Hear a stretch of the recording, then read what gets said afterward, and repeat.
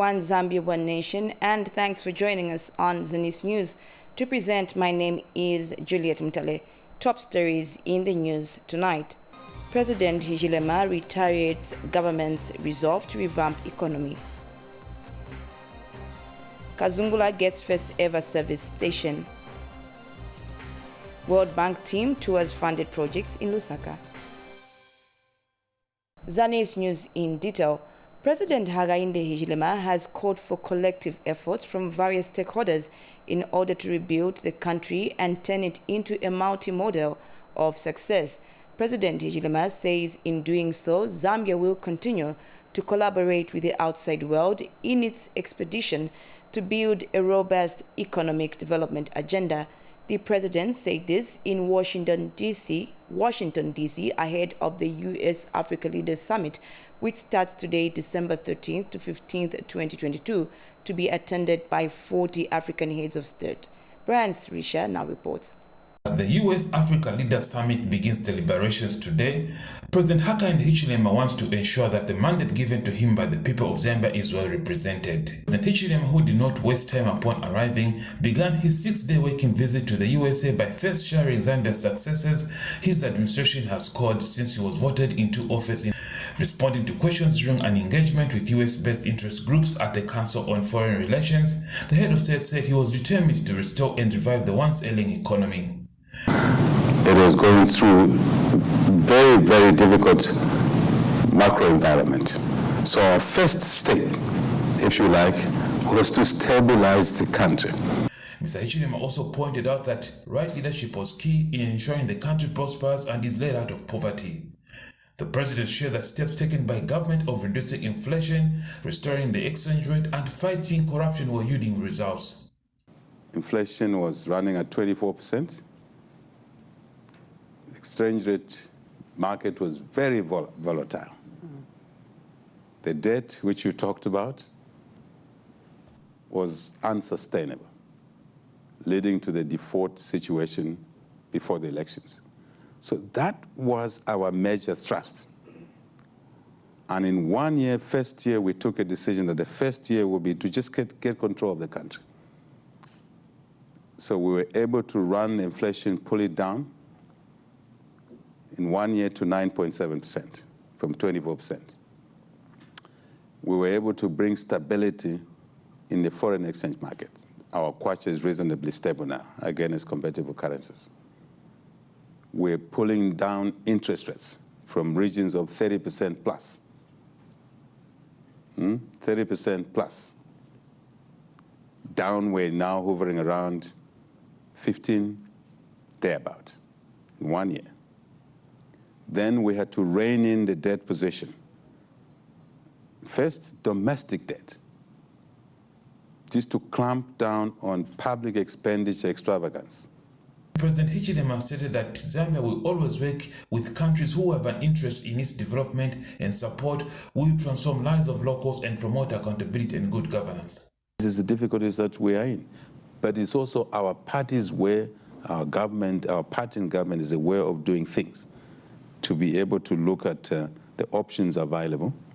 Even if we weren't in this debt crisis, we would have gone for this model together with others that are less stressful, but more focused on the revenue. So then back to the issue, now we're saying to China, we're saying to the US, we're saying to Europe, we're saying to Japan, we're saying to anyone else on our continent, other African countries, we can work together in many, many other areas that will help us achieve our agenda as a government. Economic reconstruction, economic growth, more based on investments, private sector participation. We put a platform which we're working on to make sure that the private sector and us in government are working together and have a shared understanding, common understanding, by and large, of what we need to do to get out of this situation. And you'll be pleased to know that although Africa overall, the outlook is that growth will be difficult this year, but we are expecting to grow as a country after first year, 1 year in office, to close to 3% GDP growth from minus 2.8. Effectively, if you add the numbers, would have done more than 3% growth in an environment where inflation in other countries is in a runaway position, where basically interest rates are much, much higher, where public expenditure is a problem. We are dealing with those issues. Later on, President Hichilema also held a closed-door meeting at the United States Institute of Peace Studies, attended by 5 other African heads of state with US-based senators on matters of mutual interest. In attendance of the closed-door meeting included presidents of Democratic Republic of Congo, Mozambique, Somalia, and Sudan. Branswisher reporting for Zanis in Washington, D.C., USA. Zanis News continues. The first ever service station has officially been opened to the public in Kazungula district in Southern Province. This follows a boost in operations via the Kazungula Bridge, which has continued to attract a lot of investors from both local and international players. Lemili Kando reports that Katombora Member of Parliament Clement Andeleki officiated at the launch. Kazungula is among the districts in Southern Province that assumed the status of a district not too long ago. However, the district has been lacking some key infrastructure development despite boasting of the multi-million-dollar bridge that is shared between Zambia and Botswana. Kazungula can now pride itself as having the first ever service station in the area. This means motorists will no longer drive to neighboring Kasane town in Botswana to buy the commodity. Refuel Petroleum, a Zambian-owned company, has now opened its doors to motorists in Kazungula district. People are scared to go into rural areas or to unknown places like Kazungula. We came to invest here. We came here in 2019. This old place you see here was a bush. There are job opportunities now to the local authority, to the local community. As I'm speaking right now, we have employed 12 people from within this area. Present at the official opening ceremony was District Commissioner Elias Yamibila, Council Chairperson Mbozi Tatila, and Area Member of Parliament Clement Andeleki. It is a great milestone for the people of Kazungula, who have been traveling for about 134 kilometers to and from Livingstone just for refueling. In this regard, we take this opportunity to applaud management of this filling station for choosing to build and open this filling station here in Kazungula. Distinguished guests, ladies and gentlemen, as you are aware, our country is in a hurry to implement the developmental policies and programs aimed at stimulating economic growth. Our Republican President, His Excellency Mr. Hakainde Hichilema, made major pronouncements whose primary objective was to accelerate the development of our country through reforming both our public and private sectors. I know that you would have taken this filling station to another place, but you chose Kazungula. For this, on behalf of my people, I want to extend gratitude, to say thank you to Refuel. This government has created a very good atmosphere for the emancipation of business for the private sector.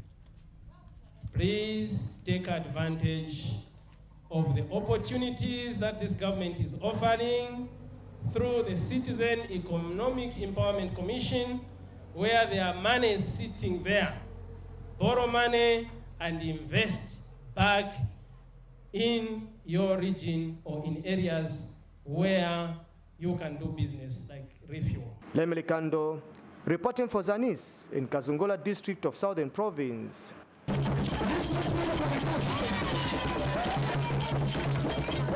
The Zambia Correctional Service has launched a health strategic and operational plan to help improve health delivery systems in the service.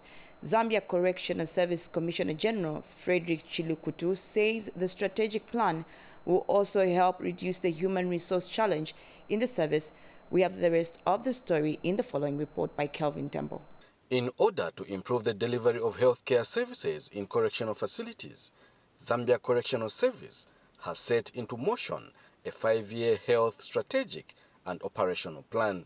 The Zambia Correctional Service Commissioner General Frederick Chilukutu was represented at the launch by the Zambia Correctional Service Director of Administration, Daniel Chuwela. Implementation of the identified strategies to improve the health care delivery system indeed calls for strong collaboration among partners. As Zambia Correction Service, we are confident and fully committed to ensuring that the strategic plan is effectively and proficiently implemented.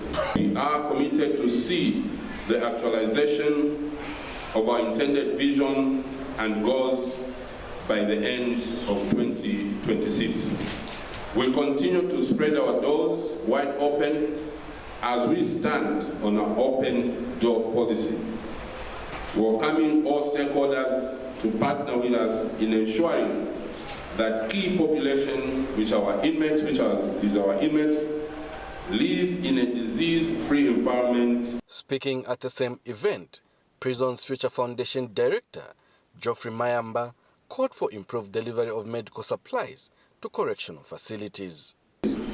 There is a need to ensure a consistent supply of essential medical supplies, as well as specialized medication, recruitment and the proper replacement of health personnel, enhancement of good nutrition, incorporation of adequate mental health services for inmates and staff, and effective management of communicable and non-communicable diseases. Ubumi Prisons Initiative Country Director Lena Kresajevic has appealed to government to scale up nutrition in correctional setups. Encouraged by government's resolve to enhance the nutritional status of Zambians, the government has committed to eliminate all forms of malnutrition through support of appropriate feeding practices for school children and adolescents, support micronutrients fortification and supplementation, and scale up nutrition programs. We wish to appeal to the ministries present here that our prisons and correctional facilities will not be left out on the said programs. In Tembo for Zanis in Kawe District, Central Province. You are watching Zanis News on ZNBC TV1 from Mass Media Complex. Now, Northern Province Deputy Permanent Secretary Lewis Mwape has called on officers in the province to identify climate change adaptation options. Mr. Mwape explains that this will help the province come up with workable measures that will address the adverse impact of climate change in the area. Here are the details. The fight against climate change has continued to be a key priority for government and its stakeholders. This is because of the impact that it brings, such as floods, droughts and strong winds, which affect all members of the community. And in order to ensure that people across the country join in the fight against climate change, the Ministry of Green Economy and Environment has interpreted materials on climate change in 7 major local languages. We need to simplify this climate change message and translate it into languages that the general public understands better, particularly in the communities. And with that, on this mission, apart from consulting on the plan that we are developing, we are also disseminating documents that we have prepared. We call these the key messages on climate change. For the authorities in the province, coming up with climate adaptation options that are tailor-made for each district is a step in the right direction. Already you see the coming of rain is very late and it ends early. So also we need adaptation strategies in the agro sector, aquaculture sector. So all these sectors will require us to ensure that we respond to climate change through the strategies that are going to be developed here. As Chiluvi, we are really happy that we're part of this workshop. And by the end of the workshop, we are hoping that these issues can be resolved. At the moment, we've already identified adaptive options, and we are trying to prioritize which ones will work best. Chibibi Nyongani reporting for Zanis in Kasama District, Northern Province. In Muchinga Province, over 1,000 girls who have been added on Keeping Girls in School program in Chinsali District have so far collected their offer letters. Chinsali District Education Board Secretary Pardon Tesho says a total of 1,386 offer letters are expected to be distributed to the girls on the KGS program. Details in the following report. The Keeping Girls in School program implemented by government through the Ministry of Education and the Department of Social Affairs continued to improve the living standards of girls in many districts in the country. The program, which has since been rolled out to Chinsali and Mpika districts, has seen a good number of girls receive offer letters to be included on the program starting next year. So far, we have captured 1,220 girls in school. We want those girls who are in school to remain there, and even those who are out of school to come back if they are interested in coming back. Collins Chavuta is Muchinga Province Senior Social Welfare Officer and now confirms the total caseload for both Mpika and Chinsali districts. Chinsali, the caseload stands at 1,236, and for Mpika it is 811 girls, bringing the total of KGS beneficiaries to 2,197. This program is also running in Isoka, Mafinga, and Shwangandu districts. Now the total caseload for the province is 4,646. A check by Zanis in some schools found parents and their children collecting offer letters for Keeping Girls in School scholarship. First and foremost, I'd like to thank the government for this help. Most parents could not afford to send their children to school. I'm urging my fellow girls to pay attention at school and get educated because this opportunity comes only once. The additional of Chinsali and Mpika districts on Keeping Girls in School program, a component of girls' education and women empowerment livelihood, will see most girls back in school. Pamela Inamba reporting for Zanis in Chinsali, Muchinga Province. We move back to Northern Province. 2 classrooms at Kapanda Primary School in Kasama District have had their roofs blown off after a heavy downpour. District Commissioner Elizabeth Goma, who visited the school in the company of the District Disaster Management Committee, has called for close monitoring of government projects, especially in the education sector, to avoid wastage of public resources. With the rainy season taking shape in Northern Province, Kasama District has once again recorded a disaster at Kapanda Primary School, where 2 classrooms from a 1x3 classroom block had their roof blown off following a heavy downpour. Kasama District Commissioner Elizabeth Goma, who led a team from the District Disaster Management Committee in inspecting the affected structures, is concerned with the quality of work on some school infrastructure. The quality of the items used to roof the school, it's of low caliber. You cannot have such kind of roofing sheets. And everything, even the school itself, when you look at it, it was not properly done. So this is why we are emphasizing that whenever the schools are being built, the building officers from Ministry of Education should be monitoring, should be following. Also a warning to those that are buying things from the CDF. We shouldn't compromise quality. Let us buy something that will stand for a longer period of time. School Deputy Head Teacher Harrison Shapowe and District Education Standards Officer Juanita Mlenga were on hand to give more details. This has brought the school down since this 1x3 is being used for lessons. So at the moment, we're only lining with a 1x2 against 10 classrooms. And our hope is that within the shortest time before schools open, the structure will have been rehabilitated. District Buildings Officer at the District Education Board Secretary's Office, Frank Zimba, was also on the scene.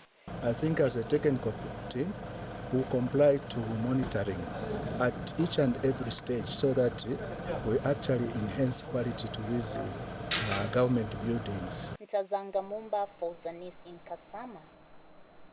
In agriculture news, a team from the World Bank Regional Office is in the country to check on their various funded projects.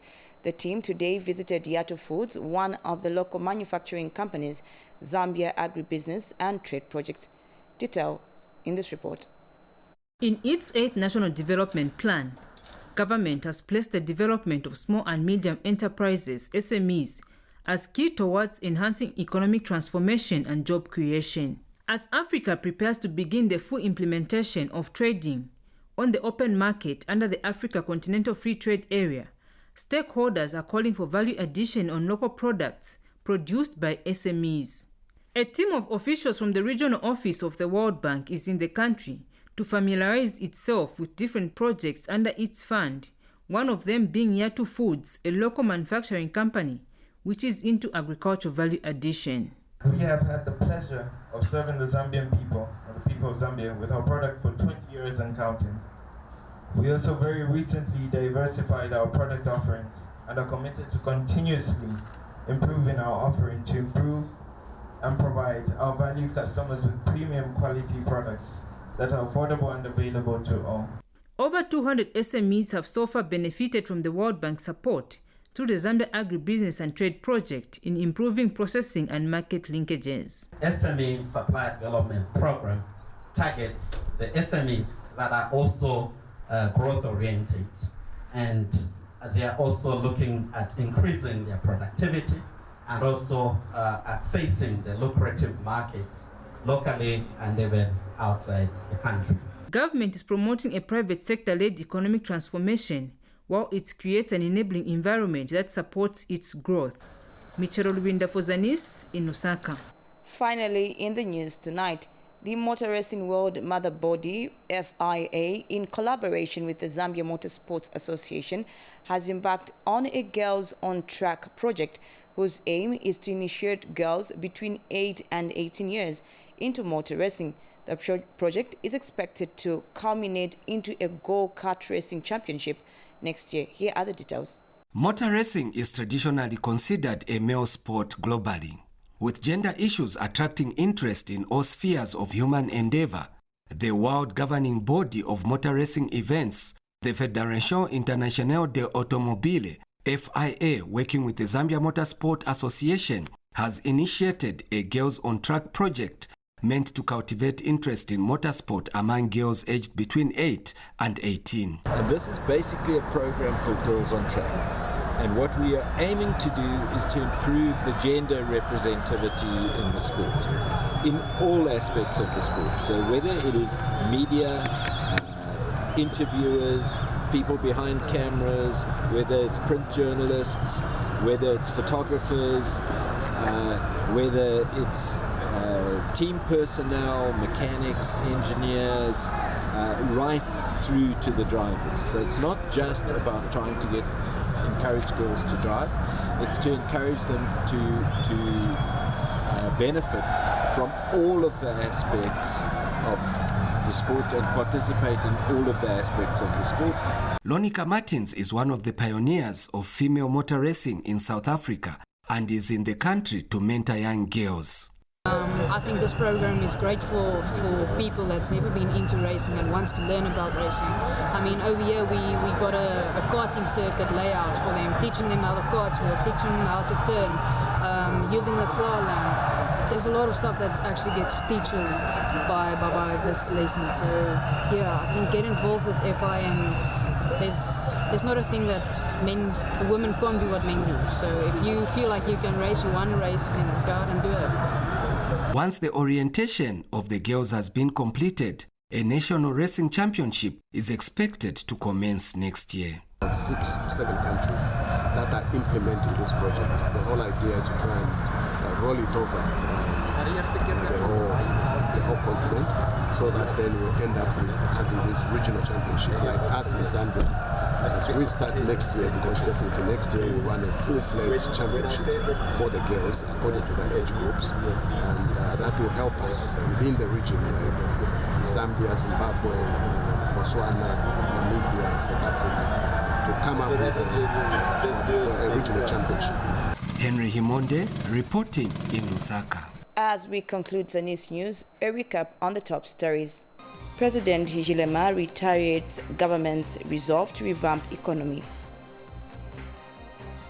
Kazungula gets first ever service station. World Bank team tours funded projects in Lusaka. Thank you for staying with us. My name is Juliet Mutale. And remember, we are one Zambia, one nation. Bye-bye.